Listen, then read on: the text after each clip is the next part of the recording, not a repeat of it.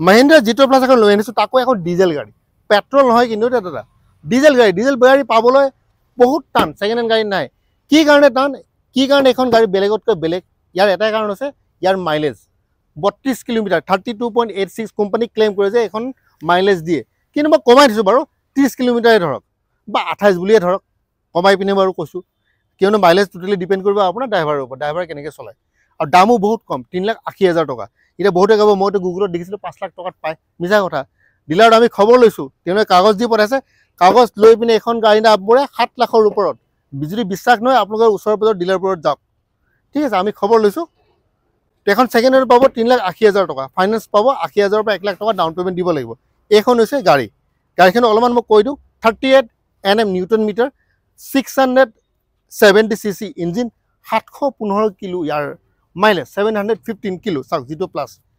ইয়াৰ যিটো আপোনাৰ পেলোড ক্ষমতা 715, আৰু লম্বাটো চাওক 7 ফুট 4 ইঞ্চি লম্বা, 7 ফুট 4 ইঞ্চি লম্বা, 10.5 লিটাৰ ফুৱেল টেংক, আৰু এইপিনে 4 ফিট 9 ইঞ্চি বহলটো, 4 ফিট 9 ইঞ্চি, 715 কিলো আপুনি বস্তু ধুনীয়াকৈ লৈ যাব পাৰে।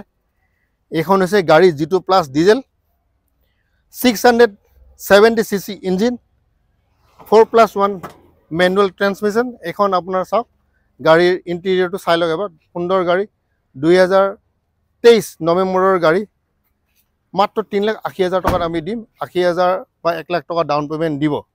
এতিয়া ফাইনেন্স কৰাবলৈ কি লাগে, প্ৰথম হৈছে আপোনাৰ ID প্ৰুফ, এড্ৰেছ প্ৰুফটো লাগে, সেইটো চবৰ হাতত থাকে, কিন্তু বহুতৰ এটা বস্তু নাথাকে, সেইটো হৈছে চেকবুক নাথাকে আৰু বেংক একাউণ্ট নাথাকে। ইলেক্ট্ৰিচিটি বিলটো লাগিব, কিছুমান জেগাত নালাগিব পাৰে, চিভিল ভাল হ'ব লাগিব। এতিয়া বোলে চিভিলত কিমান স্ক'ৰ হ'ব লাগে, চিভিলত 730, 740, অকল চিভিলটোৱেতো মেইন ফেক্টৰ নহয়, ওচৰ চুবুৰীয়া মানুহখিনি আপোনাক ভাল বুলি ক'ব লাগিব, তেতিয়াহে আপুনি লোনটো পাব। আজিৰ দিনত লোন পাবলৈ ইমানো সহজ নহয়, ঠিক আছে।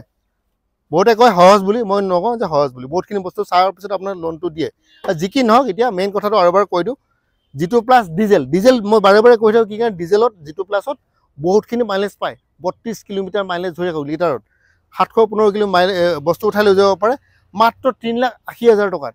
আৰু পিছৰ পিনে যিখিনি দিছে আপোনাৰ কিবা যদি কাম থাকে ৰিলিঙৰ কাম, তাৰ কাৰণে খৰচাটো আপোনালোকে কৰিব লাগিব। তো বাকী একো নাই, আপোনালোকে আহক, 3,80,000 টকাত এখন গাড়ী পাব, 2023 নৱেম্বৰৰ গাড়ী, আহক আৰু বুক কৰক।